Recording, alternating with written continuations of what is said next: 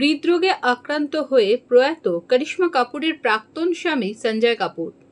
53 বছর বয়সী সঞ্জয় বৃহস্পতিবার পোলো খেলছিলেন। সেই সময় একটি মৌমাছি তার মুখে কোনোভাবে ঢুকে পড়েছিল। এরপরেই সঞ্জয়ের শরীরে অ্যালার্জির প্রতিক্রিয়া দেখা দেয়। তিনি হৃদরোগে আক্রান্ত হন। চিকিৎসা ব্যবস্থা থাকলেও সাড়া দেননি এই ব্যবসায়ী।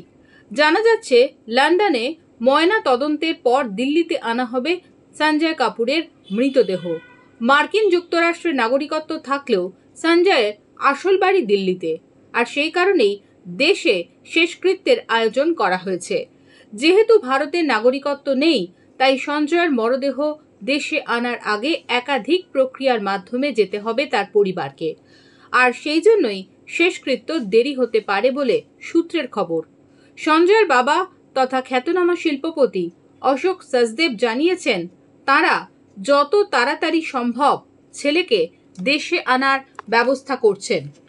প্রসঙ্গত, 2003 সালে দিল্লির ব্যবসায়ী সঞ্জয় কাপুরের সঙ্গে বিবাহ বন্ধনে আবদ্ধ হন বলিউড অভিনেত্রী করিশ্মা কাপুর।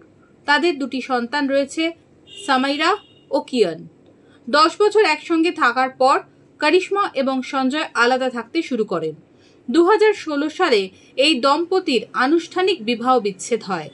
প্রাক্তন স্বামীর শেষকৃত্যে 2 সন্তানকে নিয়ে করিশ্মা উপস্থিত থাকবেন বলে জানা যাচ্ছে। কাপুর পরিবারের অন্যান্য সদস্যদেরও উপস্থিত থাকার কথা।